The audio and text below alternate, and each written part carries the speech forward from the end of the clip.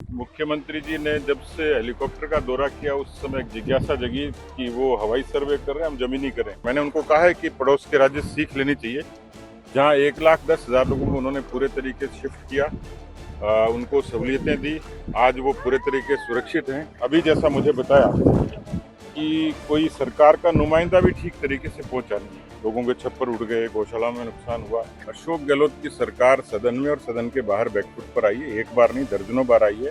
किसानों की कर्जा माफी अपने आप में बड़ा मुद्दा। उनके अंतर्राष्ट्रीय नेता राहुल गांधी ने कहा था कर्जा माफी के लिए, हमने तो नहीं कहा था, उन्होंने ही कहा। आज वो 10 दिन की बात थी, आज तो लगभग 1500 से ज्यादा दिन हो गए। इसका बड़ा कारण है कि राजस्थान की पुलिस कमजोर हो गई, पुलिसिंग कमजोर हो गई। जो प्रदेश के मुख्यमंत्री हैं वो गृह मंत्री भी हैं। दुर्भाग्य है कि राजस्थान में कांग्रेस पार्टी को कोई पूर्णकालिक गृह मंत्री नहीं मिला। बिपरजोय तूफान के बाद में जिस तरह जालोर, बाड़मेर, सिरोही, उदयपुर तमाम जिलों के अंदर जो बाढ़ के हालात बन गए थे, उसको लेकर 2 दिन पहले ही मुख्यमंत्री अशोक गहलोत ने यह हवाई सर्वेक्षण किया था। उसके बाद में भाजपा के पूर्व प्रदेश अध्यक्ष सतीश पूनिया आज जालोर के सांचौर के दौरे पर है। यहाँ पर जो बाढ़ प्रभावित क्षेत्र है इनका यहाँ पर सर्वे कर रहे हैं, निरीक्षण कर रहे हैं, लोगों से मिल रहे हैं। हमारे साथ में बातचीत के लिए मौजूद है। सर, आप सुबह से ही बाड़मेर थे, सुबह अभी यहाँ जालोर के सांचौर के जो नेड़ क्षेत्र है वहां पर पीड़ितों से मिलने के लिए आए। अभी आप पानी के अंदर चलकर पीड़ितों से मिलने जा रहे हैं। सर, किस तरह के लोग आपका शिकायत लेकर आ रहे हैं, कितने लोग पीड़ित हैं यहाँ पर? मैं मुख्यमंत्री जी ने जब से हेलीकॉप्टर का दौरा किया उस समय एक जिज्ञासा जगी कि वो हवाई सर्वे कर रहे हैं, हम जमीनी करें। इसलिए इस समय मैं ये नेड़ क्षेत्र के हमारे काड़ू कोली है, उनके आज मिलने जा रहा हूँ, उनकी ढाणी में। इस पूरे क्षेत्र में सुबह से मैंने देखा कि एक बड़ा नुकसान हुआ है। जनधन की भी हानि हुई है, पशुधन की भी हुई है, एसेट्स की भी हुई है, मकानों में पानी भरा है। कई जगह मैंने देखा कि स्कूल इसलिए बंद हो गए कि चारों तरफ से पानी से घिरे पड़े हैं। रास्ते सड़कें पूरी तबाह हो गई। तो कुल मिलाकर संपर्क भी टूटा है और लोगों को सहूलियत की जो दरकार थी वो पहुंची नहीं है। मेरे को पता लगा कि मुख्यमंत्री ने सिर्फ सियासी बातें की है कि एनडीआरएफ के नियम बदल दिए, लेकिन मैं पूछना चाह रहा हूं उनसे कि ये जो मुख्यमंत्री सहायता कोष है, एसडीआरएफ है, और इन सब के लिए पहले से जो इंतजामात करने चाहिए। मैंने उनको कहा है कि पड़ोस के राज्य सीख लेनी चाहिए। जहां 1,10,000 लोगों को उन्होंने पूरे तरीके से शिफ्ट किया, उनको सहूलियतें दी, आज वो पूरे तरीके से सुरक्षित हैं। तो जो आपदा प्रबंधन है वो राज्य सूची का विषय है और राज्य की सरकार को बहुत पहले से, और अब चूंकि रिमोट सेंसिंग बहुत डेवलप हो गई तो पहले से फोरकास्ट होती है कि किस तरीके से जो अलर्ट है उसको अपने लोगों को बताया जाए, सुरक्षित स्थानों पर जाएं, सरकार उनकी व्यवस्था करे, उनके रसद की, भोजन की व्यवस्था करे। पर मुझे लगता है कि अभी जैसा मुझे बताया कि कोई सरकार का नुमाइंदा भी ठीक तरीके से पहुंचा नहीं है। लोगों के छप्पर उड़ गए, गौशाला में नुकसान हुआ। सरकार का फर्ज है कि अपनी मशीनरी को इतना त्वरित करे और इतना मजबूत करे कि लोगों को वो जो लोक कल्याणकारी सरकार भरोसा देती है सुरक्षा का, उसमें ये भी शामिल है। और इसलिए मुझे लगता है कि डिजास्टर मैनेजमेंट यानी आपदा प्रबंधन ये सरकार के काम का प्राथमिक हिस्सा होना चाहिए, क्योंकि इस तरीके की आपदा अक्सर आती है तो ये केवल भगवान भरोसे नहीं छोड़ा जा सकता। और इसलिए मुझे ऐतराज है और मैं चाहूंगा कि एक बार फिर से मुख्यमंत्री इसका धरातल पर सर्वे करें और लोगों को जो सहूलियत और रिलीफ देनी चाहिए। सर, जालोर के अंदर जो सांचौर का एरिया है, फिर आवर का क्षेत्र है, वहां पर अभी भी जो गांव है वो डूबे हुए हैं, पानी भरा हुआ है, कई सारे रास्ते बंद है। तो जो प्रशासन को जिस तरह धरातल पे काम करना चाहिए वो प्रशासन भी लगातार पहुंच नहीं पा रहा है। तो मुख्यमंत्री यहाँ से हवाई सर्वेक्षण करने के बाद में चले गए हैं, उन्होंने कोई राहत पैकेज की घोषणा जो तुरंत प्रभाव से करनी चाहिए थी वो नहीं की है। इसको लेकर भाजपा का क्या इस पर रुख है? देखिए, मैंने सीधे कहा ना कि मुख्यमंत्री सहायता कोष उनके पास है, जो एसडीआरएफ है उसका फंड उनके पास में है। सरकार के पास तो और बहुत सारी योजनाएं होती हैं, बहुत सारी जिनके जरिए वो मशीनरी इतनी बड़ी है कि जिसके जरिए वो रिलीफ दे सकती हैं। लेकिन ये देखिए, हकीकत ये है कि इन्होंने मुझे बताया कि अभी तक कोई सरकारी नुमाइंदा आया नहीं है। तो प्रत्यक्ष तौर पर सरकार की जब संवेदनाएं खत्म हो जाती हैं और सरकार जब सियासत पर आती है तब ये स्थिति पैदा होती है। और ये एक दृश्य है तो जानिए कितने सैकड़ों गांव होंगे, सैकड़ों ढाणियां होंगी, कितनी बस्तियां होंगी। अभी मैं बाड़मेर के काफी क्षेत्रों में गया हूं जो चारों तरफ से जल से आप्लावित है, वहां रिलीफ नहीं पहुंची है, लोगों के रोजगार चौपट हो गए। ऐसे में जो संकट खड़ा हुआ है उसमें सरकार की संवेदना जरूरी है, सरकार से पहले सरकार के मुखिया की संवेदना जरूरी है। सर 2 दिन पहले जब अशोक गहलोत यहाँ आए थे उन्होंने कहा था कि भाजपा के पास कोई मुद्दा नहीं बचा, इसके लिए उनके पास आला कमान हाईकमान का प्रेशर आता तब वो कुछ न कुछ ट्वीट करते रहते हैं।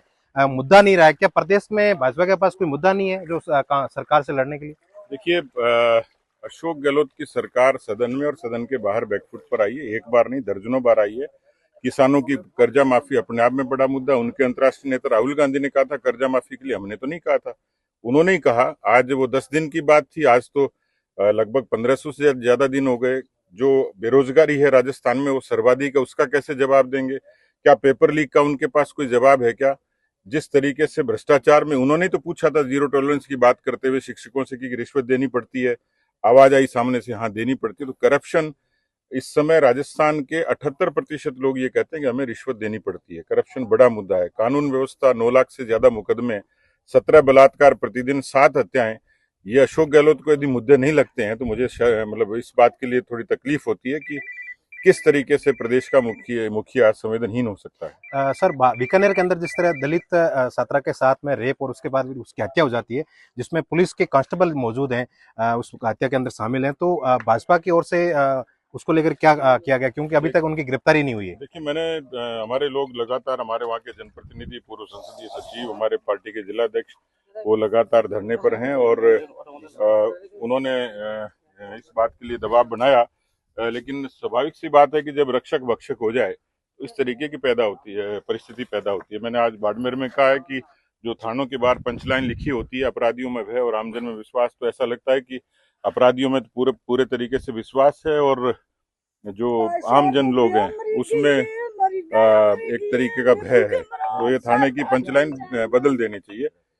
जो मैंने कहा कानून व्यवस्था को लेकर 17 बलात्कार, ये अपने आप में बड़ी बात है। तो जो खाजूवाड़ा की घटना है वो पहली घटना नहीं है। अब सरकार की बुनियाद थानागाजी के गैंगरेप से हुई थी और परिणति आप खाजूवाड़ा में देखिए। पिछले 4.5 साल से 4.5 साल से ये सिलसिला है। इसका बड़ा कारण है कि राजस्थान की पुलिस कमजोर हो गई, पुलिसिंग कमजोर हो गई।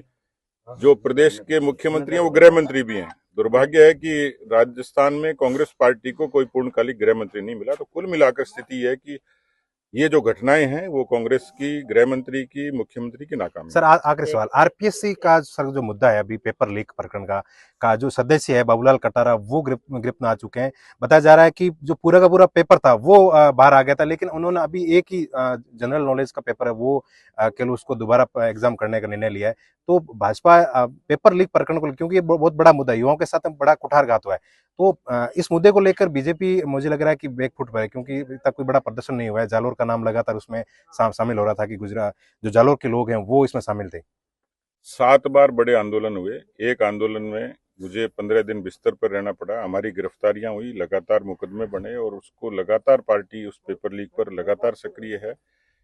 जिस जगह इसकी सूचना मिलती है हमारा युवा मोर्चा बराबर इस पर काम कर रहा है। पेपर लीक अब ऐसा मसला है कि जिसमें यदि ठीक तरीके से जांच की जाए तो कांग्रेस की सरकार ने केवल छोटी मछलियों को पकड़ा है। यदि बड़े अच्छे तरीके से जांच हो जाए तो शायद बड़े मगरमच्छ भी इसमें सामने आए। सीधे तौर पर जो माध्यमिक शिक्षा बोर्ड के पहले चेयरमैन थे उन्होंने साफ तौर पर ही कहा था कि राजनीतिक संरक्षण में ये सब कुछ हुआ है। मुझे लगता है कि जो परतें खुलेंगी त्यों इनके चेहरे बेनकाब होंगे। तो ये देखिए जो सतीश पूनिया है भाजपा के पूर्व प्रदेश अध्यक्ष, वो यहाँ पर पहुंचे हैं धरातल पर। ये यहाँ पर लोगों से मिल रहे हैं, जो बाढ़ प्रभावित लोग हुए हैं उनसे लगातार ये मिल रहे हैं और उनका दुख समझ रहे हैं, क्योंकि अशोक गहलोत ही 2 दिन पूर्व यहाँ आकर गए, उन्होंने केवल हवाई सर्वेक्षण किया है। तो ये साफ तौर पर जो भाजपा के पूर्व अध्यक्ष हैं ये यहाँ पर लोगों से धरातल पर आकर मिल रहे हैं, उनकी पीड़ा जान रहे हैं। तो साफ तौर पर ये तस्वीरों में आप उन देख सकते हैं कि किस तरह महिलाओं से यहाँ पर मिल रहे हैं, महिला हैं जो अपनी पीड़ा है वो प्रदेश अध्यक्ष जी को बता रही है कि इनके साथ में क्या कुछ हुआ है, कितनी यहाँ पर तूफान से और बाढ़ से इनको कितना नुकसान हुआ है। ये महिला बता रही है कि यहाँ पर अभी तक कोई सरकारी नुमाइंदा यहाँ पर पहुंचा नहीं है। तो साफ तौर पर सरकार की जो नाकामी है वो सामने आ रही है। क्या नाम है आपका? मेरा नाम गोमती। कहाँ आप नुकसान हो? भैंस मर गई है। 4 भैंस मर गई। 4 भैंस बिक गया। मैं उकड़ो पियो से मरे अनाथ खावा। कोई आया सरकारी अधिकारी कोई आया? कोई नहीं आयो। एक बापर में आया था, तो ये कह रहे हैं कि यहाँ पर कोई सरकारी नुमाइंदा यहाँ पर आना चाहिए था, वो यहाँ पर कोई नहीं पहुंचा है। तो साफ तौर पर प्रशासन की जो नाकामी वो यहाँ पर खुलकर सामने आ रही है। नरेश विष्णु, राजस्थान तक, जालोर।